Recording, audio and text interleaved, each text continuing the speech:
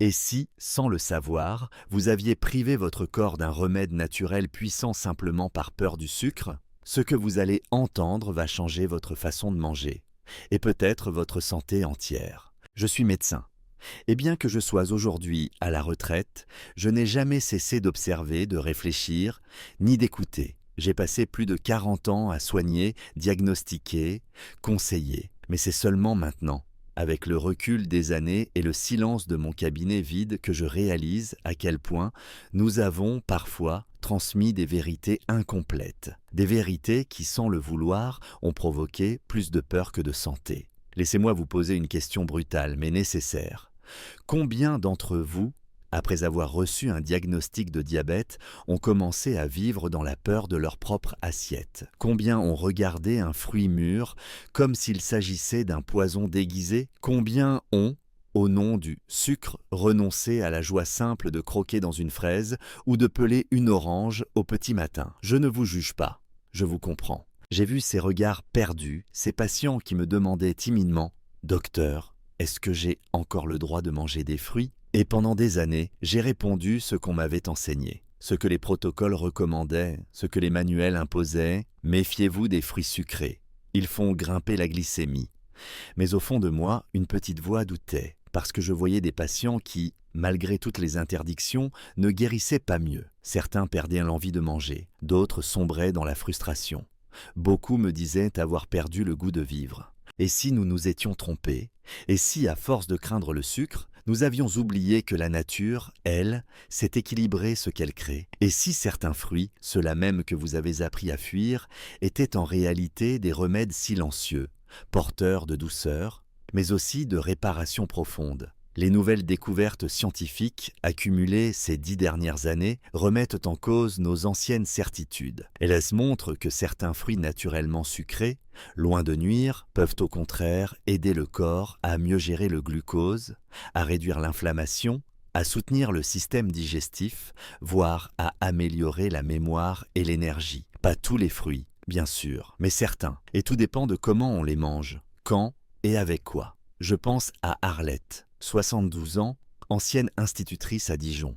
Elle m'a avoué, les larmes aux yeux, avoir pleuré en refusant une part de salade de fruits lors de l'anniversaire de sa petite fille, parce qu'elle croyait que cela allait ruiner sa santé. Ou à Michel, 66 ans, ancien cheminot qui m'a dit « Docteur, je me sens puni en permanence. J'ai l'impression de marcher sur des œufs avec tout ce que je mange. » Je vous le dis aujourd'hui, en tant qu'homme, en tant que médecin, en tant qu'ancien malade moi-même, ça ne peut pas être ça, la santé. La santé ne peut pas être une punition. La santé, ce n'est pas la peur, ce n'est pas le renoncement, ce n'est pas la solitude devant une assiette vide de joie. La santé, surtout après 60 ans, c'est de retrouver une relation de confiance avec son corps. C'est de savoir choisir ce qui nous fait du bien. Et parfois, ce bien porte un nom que l'on croyait interdit. La fraise, le raisin, la pomme, la mangue, l'orange. Dans cette série de vidéos, je vais vous montrer comment certains fruits sucrés, bien utilisés, peuvent devenir vos alliés. Je vais vous expliquer pourquoi ils ne provoquent pas nécessairement de pic de glycémie, comment ils agissent sur vos articulations, votre mémoire, votre morale, et surtout comment les réintégrer dans votre vie, sans peur, sans culpabilité,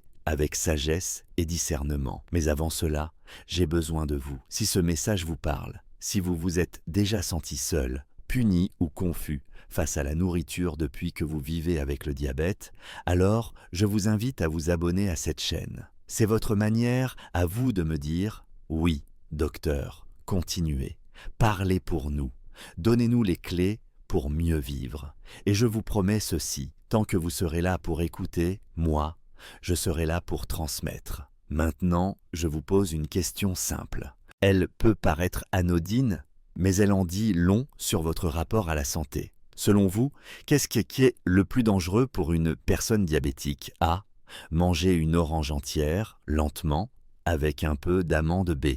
Boire un verre de jus d'orange 100% naturel le matin à jeun. Répondez dans les commentaires A ou B. Je lirai vos réponses. Et dans la prochaine vidéo, vous comprendrez pourquoi cette question est bien plus importante qu'elle n'en a l'air. À très bientôt, prenez soin de vous. Je me souviens très bien de la première fois où j'ai conseillé à une patiente diabétique de manger des fraises. Elle m'a regardé, interloqué, presque choqué. Elle m'a dit « Mais docteur, vous plaisantez? On m'a toujours dit que c'était interdit et je comprends cette réaction. » Pendant des décennies, nous avons pointé du doigt les fruits sucrés comme s'ils étaient responsables de tous les maux. J'ai moi-même enseigné cette prudence, presque cette peur. Mais avec le temps, l'observation et l'écoute attentive du corps humain, surtout celui qui vieillit, j'ai fini par comprendre que la vérité est plus nuancée que les manuels. Aujourd'hui, je veux vous parler de 5 fruits, pas n'importe quels fruits. Des fruits que vous connaissez, des fruits que vous avez peut-être appris à éviter. Des fruits simples, abordables, familiers. Mais derrière cette simplicité se cache une puissance que l'on soupçonne rarement. Car ces fruits, s'ils sont choisis avec soin et consommés avec intelligence, peuvent en devenir de véritables alliés pour le corps fatigué, pour le métabolisme ralenti, pour la glycémie capricieuse. Ils n'ont pas besoin d'être exotiques, rares ou vendus en pharmacie. Ils ont juste besoin d'être reconnus, respectés et bien utilisés. Prenons la fraise. Ce petit fruit rouge que l'on associe à l'enfance, aux tartes du dimanche, aux souvenirs d'été chez les grands-parents en Bretagne ou dans la vallée de la Loire. On l'a trop souvent banni des régimes diabétiques à cause de son goût sucré. Et pourtant, ce que la science moderne nous dit, c'est que la fraise est bien plus qu'une douceur. Elle est une plante médicinale déguisée en fruit. Riche en anthocyanines, ces pigments naturels qui lui donnent sa couleur éclatante, elle ralentit naturellement l'absorption du sucre dans le sang. Cela signifie qu'elle protège au lieu de nuire, qu'elle adoucit au lieu d'agresser. En plus, elle possède des propriétés anti-inflammatoires précieuses pour les articulations douloureuses, les intestins irrités et même la mémoire affaiblie. Beaucoup de mes patients les consomment désormais au goûter, accompagnés d'un peu de yaourt grec ou de quelques amandes. Et ils me disent se sentir plus légers, plus apaisés, moins en guerre contre leur assiette. Autre fruit mal compris, le raisin. Qui n'a pas de souvenir lié à une grappe de raisin? C'est un fruit de vendange, de partage, de table familiale. Et pourtant, on le regarde aujourd'hui avec méfiance, à tort. Le raisin, surtout consommé entier avec sa peau, contient un polyphénol remarquable, le resveratrol. Ce composé naturel améliore la sensibilité à l'insuline, diminue l'inflammation chronique et renforce les vaisseaux sanguins. Bien sûr, il ne s'agit pas d'en manger à pleine main devant la télévision. Mais une petite poignée, intégrée dans un repas riche en fibres et en protéines, peut faire partie intégrante d'une alimentation équilibrée. Je conseille souvent à mes anciens patients de les consommer avec du fromage de chèvre ou quelques noix, dans une assiette complète. C'est bon, c'est nourrissant, et cela ne provoque pas les pics glycémiques qu'on redoute tant. La pomme, elle, n'a jamais cessé d'être là. Elle est sur toutes les tables, et pourtant, elle aussi a été victime de cette méfiance. Trop banale pour être valorisée, trop sucrée pour être jugée inoffensive. Et pourtant, quel trésor discret! La pomme est l'exemple même de l'aliment conçu avec intelligence par la nature. Sa peau contient des antioxydants puissants. Sa chair est riche en pectine, une fibre soluble qui ralentit la digestion des glucides. Et son effet sur la satiété est réel. Beaucoup de personnes âgées qui souffrent de troubles digestifs ou de constipation légère trouvent un soulagement durable en consommant une pomme par jour, le matin ou en collation.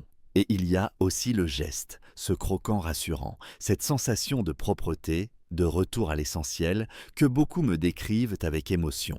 Parlons maintenant de la mangue. Un fruit venu de loin, oui, mais de plus en plus présent dans nos supermarchés et dans nos souvenirs aussi. Car la mangue évoque souvent des vacances, des voyages, des moments de chaleur. Et c'est peut-être pour cette raison qu'on l'a vite jugée trop sucrée. Mais là encore, c'est une erreur. Ce fruit est effectivement riche en goût, mais aussi en fibres, en vitamines A et C et en antioxydants. Son indice glycémique est bien plus bas qu'on ne le croit, surtout si elle est consommée avec la peau ou accompagnée d'un aliment protéiné. Une tranche de mangue avec un filet de citron et quelques graines de tournesol peut devenir un dessert réconfortant et parfaitement adapté à une alimentation diabétique. Ce fruit soutient l'immunité, aide à réguler le métabolisme des graisses et surtout, il donne de la joie. ce qui est, je le crois profondément, un élément thérapeutique à part entière. Enfin, l'orange, ce fruit qui, enfant, vous attendait dans la corbeille à fruits du salon.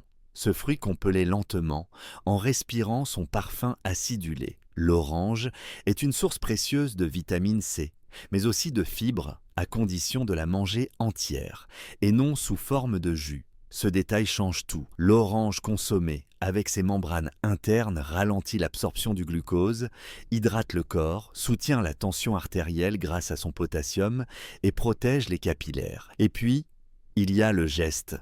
Éplucher une orange, c'est se donner du temps, c'est retrouver un rythme. C'est un petit acte de tendresse envers soi-même. Voilà ce que j'ai appris au fil des années. Les bons fruits ne sont pas nos ennemis, ils sont des compagnons. Ils nous rappellent qui nous sommes.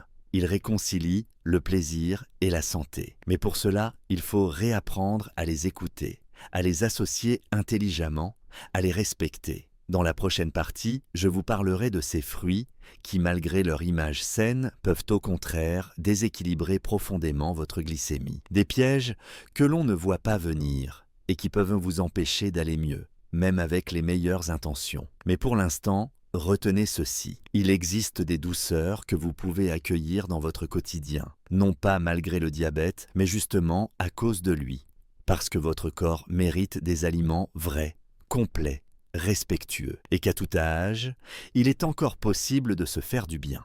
Je vais vous dire quelque chose que peu de professionnels osent encore dire à voix haute. Tous les fruits ne sont pas bénéfiques pour un corps affaibli par le diabète, et certains peuvent en même devenir insidieusement nocifs. Cette phrase peut choquer, j'en ai conscience. Elle va à l'encontre de ce que l'on répète depuis l'école de médecine, depuis les campagnes de prévention. Manger 5 fruits et légumes par jour, entend-on partout. Mais après plus de 40 ans passés à écouter des patients, leurs récits, leurs douleurs, leurs efforts parfois vains, j'ai compris que la vérité mérite d'être précisée, affinée, adaptée à la réalité du corps qui vieillit. J'ai vu des patients honnêtes, motivés, disciplinés, des femmes et des hommes qui suivaient à la lettre les recommandations qu'on leur avait données. Ils disaient non au chocolat, non au vin, non aux pâtisseries. Et pourtant, leur glycémie restait instable. Leurs articulations les faisaient souffrir. Leur digestion était lente, leur énergie épuisée. Et puis, en creusant, on découvrait ce détail. Chaque matin, ils buvaient un grand verre de jus d'orange 100% pur jus. Ou bien ils grignotaient des fruits secs entre les repas, pensant bien faire, parce qu'ils avaient entendu que c'était naturel. Donc sain. C'est là que réside le piège. La transformation, même minime, modifie la manière dont le corps réagit. Un fruit entier, avec sa fibre, son eau, sa structure intacte, n'a pas le même impact métabolique qu'un fruit pressé, séché ou surmûri. Ce que l'on enlève au fruit, l'eau, la peau, les membranes, c'est précisément ce qui ralentissait l'absorption du sucre, ce qui protégeait vos organes, ce qui faisait de lui un aliment complet. Le jus de fruits, par exemple, est souvent vu comme un symbole de santé. Il est coloré, fruité, pratique. Mais pour une personne diabétique, c'est un concentré de sucre liquide, privé de toute fibre. En quelques gorgées, votre glycémie grimpe comme si vous aviez bu un soda. J'ai vu des patients pensant bien faire se retrouver avec des pics glycémiques dignes d'un dessert industriel. Le pire, c'est que ce sucre est absorbé à jeun, le matin, quand le corps est le plus vulnérable. Ce n'est pas la nature qui est fautive ici, c'est la manière dont nous avons déstructuré l'aliment. Les fruits secs, eux aussi, sont une fausse promesse. Bien sûr, ils sont issus de fruits réels. Mais que reste-t-il lorsqu'on a enlevé l'eau et concentré les sucres? Une poignée de raisins secs, c'est l'équivalent de 2 ou 3 grammes de raisins. Une petite barquette de mangue séchée contient autant de sucre que plusieurs fruits entiers, mais sans rien pour en ralentir l'impact. Pire encore, on les consomme souvent en dehors des repas, ce qui aggrave encore l'effet sur la glycémie. Ces pics répétés, jour après jour, usent le pancréas, fatiguent les reins et finissent par dégrader lentement mais sûrement la santé générale. Et puis, il y a un autre ennemi silencieux, la maturité excessive. Je parle ici des fruits qu'on laisse trop mûrir, croyant qu'ils sont plus tendres, plus savoureux. Une banane bien jaune tachetée de brun, par exemple, est très riche en sucre simple. Ces sucres, appelés monosaccharides, passent directement dans le sang sans aucune barrière, contrairement à une banane encore légèrement verte, dont l'amidon plus résistant ralentit l'absorption. La différence peut sembler anodine, mais je vous assure qu'elle ne l'est pas. À l'échelle d'un organisme déjà affaibli, ce type de détail peut créer un déséquilibre chronique, difficile à détecter mais profondément nuisible à long terme. Certains fruits tropicaux, souvent appréciés pour leur fraîcheur, présentent le même risque s'ils sont consommés en excès ou au mauvais moment. L'ananas, par exemple, a un goût vif, agréable, mais il est également très riche en sucre rapide et en enzymes digestives puissantes. Pris à jeun ou en grande quantité, il peut causer une montée de glycémie spectaculaire. La pastèque, elle, est très hydratante, mais son indice glycémique est élevé. Manger une grande portion de pastèque en fin d'après-midi, par une journée chaude, peut sembler innocent. Pourtant, j'ai vu cela faire basculer une journée entière de stabilité glycémique. Mais attention, je ne suis pas là pour vous faire peur, je suis là pour vous redonner du pouvoir. Il ne s'agit pas de diaboliser certains fruits, ni de vous priver encore davantage. Il s'agit d'ouvrir les yeux, de comprendre que le corps d'aujourd'hui n'est plus celui de vos 20 ans, et qu'il mérite des choix ajustés, doux, cohérents. Vous n'avez pas besoin de supprimer tous ces fruits de votre vie. Vous avez besoin de les réintégrer dans le bon contexte. Par exemple, une petite portion d'ananas mélangée à un yaourt nature non sucré. Une poignée de fruits secs intégrés dans un plat complet, riche en fibres et en bonne graisse. Une banane légèrement verte associée à une tranche de pain complet au levain, lors d'un petit déjeuner équilibré. Ce sont ces détails-là qui changent tout. La santé, ce n'est pas l'interdiction brutale, c'est la patience, la connaissance, l'écoute de son propre métabolisme.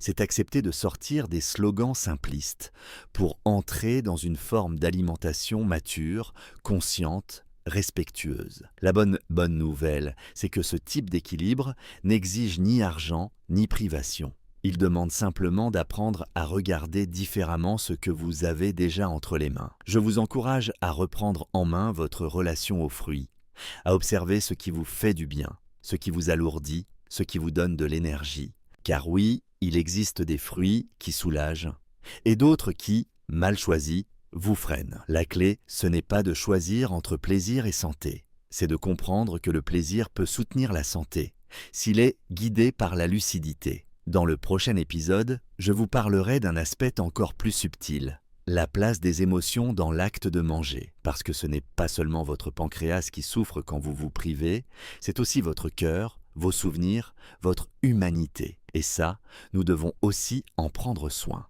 Je crois que nous avons, au fil du temps, oublié quelque chose de fondamental. La nourriture, ce n'est pas seulement une question de calories, de nutriments ou de glycémie. Manger, c'est aussi ressentir. C'est convoquer des souvenirs, réveiller une sensation enfouie, renouer avec une part intime de soi que les chiffres, les diagnostics, les prescriptions ont souvent mise sous silence. Et si je vous parle ainsi aujourd'hui, ce n'est pas en tant que médecin seulement, mais en tant qu'homme, en tant qu'observateur du vivant, qui a vu trop souvent des patients vieillir non pas de leur maladie, mais de leur solitude à table. Je me souviens d'une patiente, Madame Élise, 69 ans. Elle vivait seule depuis la mort de son mari. Elle était diabétique de type 2 depuis 15 ans, très rigoureuse avec son alimentation. Elle suivait tous les conseils à la lettre, mais un jour, elle m'a confié, d'une voix à peine audible, « Docteur, je ne ressens plus rien quand je mange. C'est devenu un devoir, une discipline. Je ne me fais plus plaisir. » Et cette phrase m'a bouleversé, parce qu'elle m'a rappelé combien nous avons réduit l'acte de manger à une mécanique froide, aseptisée, déconnectée de toute humanité. Pourtant, je suis convaincu que la santé ne peut pas être durable si elle est dépourvue d'émotions, que la joie, le souvenir, la tendresse font partie du processus de guérison, et que certains aliments, par leur simplicité même, peuvent redevenir des ponts vers ce que nous avons été, ce que nous aimons, ce que nous croyions avoir perdu. Les fruits, plus que tout autre aliment, portent cette mémoire affective. Une fraise cueillie dans le jardin de son enfance, une pomme partagée dans la cour de récréation, une grappe de raisin offerte par une grand-mère pendant les vendanges, une orange pelée par un père avant le goûter. Tous ces gestes, ces goûts, ces odeurs, ce ne sont pas des détails. Ce sont des fils invisibles qui nous relient à notre histoire, à nos racines, à nos émotions les plus profondes. J'ai vu des patients dont le visage s'illuminait simplement en tenant un fruit dans leurs mains. Pas parce qu'ils allaient le manger, mais parce que cela leur rappelait quelqu'un, un moment, une saison de la vie où ils se sentaient encore pleins de force, de rire, de simplicité. Et vous savez quoi? Ce genre d'émotion, quand elle est authentique, a un effet physiologique réel. Elle diminue le stress, elle relâche les tensions, elle améliore la digestion. Elle rend l'acte de manger à nouveau vivant, vibrant, porteur de sens. C'est pourquoi je vous encourage aujourd'hui à réintégrer le plaisir dans votre relation aux fruits. Pas un plaisir compulsif, désordonné. Un plaisir choisi, assumé, doux. Un plaisir qui ne se calcule pas uniquement en grammes de sucre, mais en sourire, en souvenirs, en sensations. Vous avez le droit de vous faire du bien, même avec un fruit sucré. Surtout si ce fruit vous fait du bien à l'âme avant même d'atteindre votre estomac. Je me rappelle de Jean-Pierre, un ancien artisan très rigoureux sur son régime. Un jour, sa fille lui a préparé une compote de pommes maison sans sucre ajouté.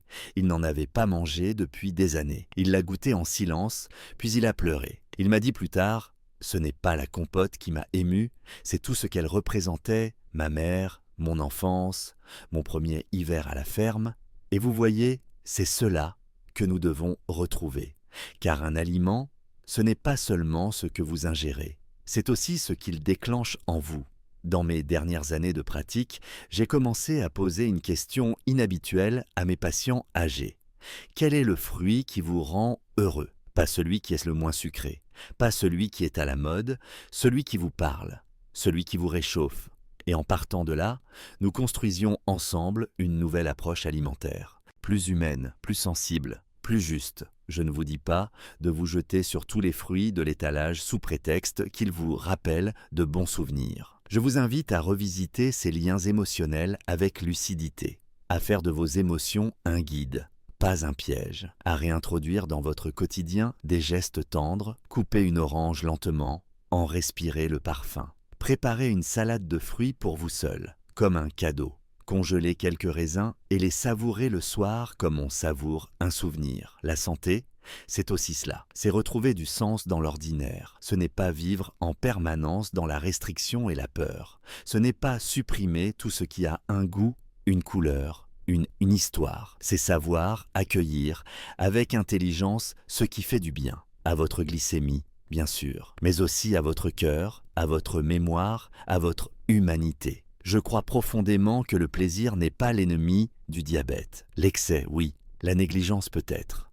Mais le plaisir, le vrai, le tendre, le respectueux, il est un allié. Il est ce qui vous fera tenir dans la durée, ce qui transformera un régime en chemin de vie, ce qui rendra à vos repas leur beauté perdue. Alors la prochaine fois que vous vous apprêtez à manger un fruit, ne le regardez pas seulement avec vos yeux de patient. Regardez-le avec votre cœur d'enfant, avec votre mémoire d'adulte, avec votre envie de vivre encore, non pas en survie, mais en conscience. Laissez ce fruit vous parler, laissez-le réveiller quelque chose en vous. Et vous verrez, parfois, le plus grand des traitements tient dans la simplicité d'un souvenir retrouvé. Dans le prochain chapitre, je vous montrerai comment l'alimentation peut redevenir un acte de liberté, de choix, de respect, et comment, même avec le diabète, vous pouvez continuer à écrire un chapitre joyeux, lumineux, nourrissant pour le corps et pour l'âme. Je vais vous parler aujourd'hui de quelque chose de plus grand que les fruits eux-mêmes, plus grand que la glycémie, plus vaste que les recommandations alimentaires. Je vais vous parler de cette idée que j'ai mise des années à comprendre. La santé, ce n'est pas se priver, c'est apprendre à choisir. Et à mon âge, après une vie entière passée à soigner, à écouter, à conseiller, je peux vous dire que c'est cette nuance-là qui transforme le quotidien d'un patient. Trop souvent, on pense que vivre avec le diabète, c'est vivre sous contrainte, ne plus avoir le droit, ne plus pouvoir, se méfier de tout, lire chaque étiquette avec la peur au ventre. Mais cette vision, je vous le dis avec fermeté, est une prison mentale plus dangereuse que la maladie elle-même, parce qu'elle vous coupe de votre autonomie, de votre plaisir, de votre liberté. Mais voilà ce que l'expérience m'a appris. On peut vivre avec le diabète sans renoncer à la joie. On peut apprendre à composer, à adapter, à redécouvrir. Il ne s'agit pas de tout changer du jour au lendemain, il s'agit de faire un pas, puis un autre, et d'en faire une habitude, une douceur quotidienne, choisie, maîtrisée. Combien de fois ai-je vu des patients revenir vers moi avec le visage éclairé, simplement parce qu'ils avaient réintroduit une pomme dans leur petit déjeuner, ou qu'ils avaient remplacé leur dessert sucré par quelques tranches de kiwi bien mûres. Ces gestes, si simples en apparence, deviennent des actes puissants de reconquête. Ils marquent le retour d'une forme de confiance. Confiance dans le corps, confiance dans la capacité à discerner ce qui fait du bien et ce qui abîme. C'est là toute la différence. Ce n'est pas le fruit en soi qui est bon ou mauvais, c'est la manière dont il s'intègre dans votre vie. Et cette manière, vous seul pouvez la construire, avec du temps, avec de l'écoute, avec de la bienveillance envers vous-même. Je me souviens d'un patient, Robert, 74 ans, ancien menuisier. Lorsqu'il en a été diagnostiqué diabétique, il a tout supprimé. Le pain, les fruits, même les légumes racines. Il avait tellement peur de mal faire qu'il avait réduit son alimentation à une monotonie triste et sèche. Résultat, son moral a chuté, son énergie aussi. Et malgré tous ses efforts, ses analyses restaient moyennes. Ce n'est qu'après une discussion honnête, humaine, qu'il a accepté de réintroduire certains aliments, des fruits notamment. Pas n'importe lesquels et pas n'importe comment, mais avec des règles simples, justes, adaptées à lui. Et c'est là qu'il a commencé à aller mieux. Non seulement sur le plan biologique, mais sur le plan global. Il marchait plus, il souriait davantage. Il me disait « Je n'ai plus l'impression de me battre contre mon assiette ». Ce témoignage, je l'ai entendu des dizaines de fois. Et c'est pour cela que je veux vous dire aujourd'hui, vous n'êtes pas prisonnier de votre diagnostic. Ce que vous mangez peut redevenir un choix, un espace de liberté, un lieu de réparation. Et même, pourquoi pas, de plaisir. Mais cette transformation ne viendra pas de l'extérieur. Elle ne viendra pas d'un régime miracle, ni d'une liste de super aliments. Elle viendra de votre capacité à regarder les aliments avec un regard nouveau, à vous poser la bonne question chaque matin. Est-ce que ce que je m'apprête à manger me respecte? Est-ce que cela me nourrit vraiment? Car au fond, la santé, ce n'est pas obéir à des règles, c'est apprendre à se respecter. Et le respect, cela commence par le corps, par ce que vous lui donnez, par la manière dont vous lui parlez, dont vous le traitez. C'est pourquoi je vous invite dès aujourd'hui à créer un rituel. Rien de compliqué. Un petit moment, chaque jour, où vous choisissez consciemment un aliment qui vous fait du bien. Une poignée de myrtilles, une tranche de pomme avec de la cannelle, un demi-pamplemousse, peu importe. Ce qui compte, c'est l'intention. C'est ce dialogue que vous rétablissez entre vous et votre propre corps. Ce simple geste, répété jour après jour, deviendra une fondation. Il ne vous guérira pas miraculeusement, mais il vous remettra en mouvement. Il vous replacera dans le rôle actif de votre propre santé. Et cela, croyez-moi, c'est le plus grand des traitements. Je sais qu'il n'est jamais facile de changer, surtout quand on a plus de 60 ans, surtout quand la fatigue est là, quand les douleurs sont présentes, quand les peurs s'accumulent. Mais je sais aussi qu'il n'est jamais trop tard, que tant que vous êtes là, tant que vous ouvrez les yeux le matin, vous avez encore le pouvoir de faire des choix. Vous avez le droit de vivre pleinement, de manger avec plaisir, d'écouter votre corps sans lui imposer la guerre, de faire de chaque repas un moment de paix, un moment pour vous. Et cela ne demande pas de révolution, seulement de l'écoute, de la patience et un peu de confiance retrouvée. Alors je vous le dis, avec toute mon affection et toute mon expérience, reprenez les rênes. Réconciliez-vous avec ce que vous mangez. Faites de vos choix alimentaires des actes de soin, non pas pour atteindre la perfection, mais pour vivre mieux, plus librement, plus calmement. Et si vous hésitez encore, rappelez-vous ceci, ce n'est pas la perfection qui soigne, c'est la cohérence, c'est la régularité, c'est la tendresse. À chaque bouchée, vous avez le choix de punir ou de nourrir. Aujourd'hui, je vous invite à choisir de nourrir et à transformer votre assiette en un espace de vie, de joie et de renaissance. Vous le méritez, parce que vieillir, ce n'est pas disparaître, c'est devenir plus sage. Et cette sagesse, elle commence dans un simple fruit choisi avec amour, Quand on regarde en arrière, après une vie entière à soigner, écouter, observer, on se rend compte que la santé n'est pas une ligne droite. Elle n'est pas faite uniquement de traitements, de chiffres et de bilans. Elle est faite de choix quotidiens, souvent minuscules, mais qui s'additionnent dans la durée. Elle est faite d'émotions, de souvenirs, d'habitudes, de rituels oubliés. C'est dans cette complexité humaine que réside toute la richesse et toute la fragilité du vieillissement. Aujourd'hui, je vous ai parlé des fruits. Cela peut sembler anodin, presque trop simple face à la complexité du diabète ou des maladies chroniques, mais ce n'est pas le fruit qui est important, c'est ce qu'il représente. Il symbolise ce pont entre le corps et l'esprit, entre le passé et le présent, entre le plaisir et la responsabilité. Ce petit aliment coloré devient le miroir de notre relation avec nous-mêmes. Est-ce que je me respecte? Est-ce que je me punis? Est-ce que je prends soin de mon corps? Ou est-ce que je lui tourne le dos? Et au fond, ce qui est beau, c'est que la clé n'est pas entre les mains des autres. Elle est dans la vôtre. Vous avez, chaque jour, la possibilité de faire un pas, un seul, vers une alimentation plus douce, plus vivante, plus nourrissante. Et ce pas-là, même modeste, peut transformer votre quotidien. Parce qu'il ne s'agit pas de changer votre vie en une nuit, mais de la réaligner doucement, avec tendresse et intelligence.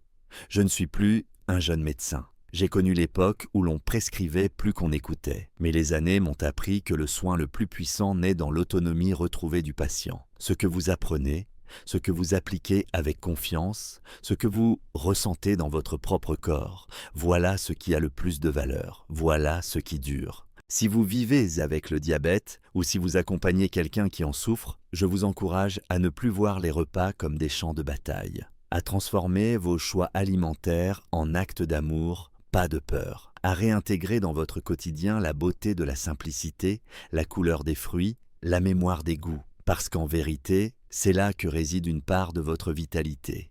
Et si vous êtes en bonne santé aujourd'hui, ce message vous concerne aussi. Parce que le vieillissement, nous y allons tous, et il vaut mieux s'y préparer dans la joie que s'y soumettre dans la douleur. Cultiver l'écoute, la conscience, la patience avec soi-même, c'est le plus bel héritage que vous puissiez offrir à votre futur. La leçon que je retiens de tout cela est simple. Vieillir, c'est perdre certaines choses. Mais c'est aussi gagner en sagesse. Et cette sagesse commence quand on cesse de se battre contre son corps et qu'on commence à marcher avec lui. Choisissez vos aliments non pas pour vous contrôler, mais pour vous accompagner. Ne mangez pas contre votre santé, mais pour elle. Chaque fruit peut devenir un geste de réconciliation. Alors maintenant, permettez-moi de vous poser une question simple. Quel est, pour vous, le fruit qui évoque le plus de souvenirs heureux? Est-ce la fraise de votre enfance, la pomme du goûter scolaire, l'orange des petits déjeuners d'hiver? Merci de me le dire en commentaire, en toute simplicité. Votre réponse, aussi brève soit-elle, peut inspirer d'autres personnes à se reconnecter à ce qui les rend vivants. Et si mon message vous a touché, si vous pensez qu'il peut aider d'autres personnes comme vous, je vous invite à vous abonner à cette chaîne pour ne rien rater des prochains partages. Et si vous en avez la possibilité, soutenez-moi par un don, même modeste, pour que je puisse continuer ce travail. Je ne suis plus jeune, je n'ai pas de grands moyens, mais j'ai encore du temps, de l'expérience et une envie sincère de faire le bien autour de moi. Chaque don, chaque abonnement, chaque commentaire est une source d'énergie qui me pousse à continuer. Pour vous, pour tous ceux qui cherchent à vieillir, non seulement plus longtemps, mais mieux. Merci du fond du cœur. À très bientôt.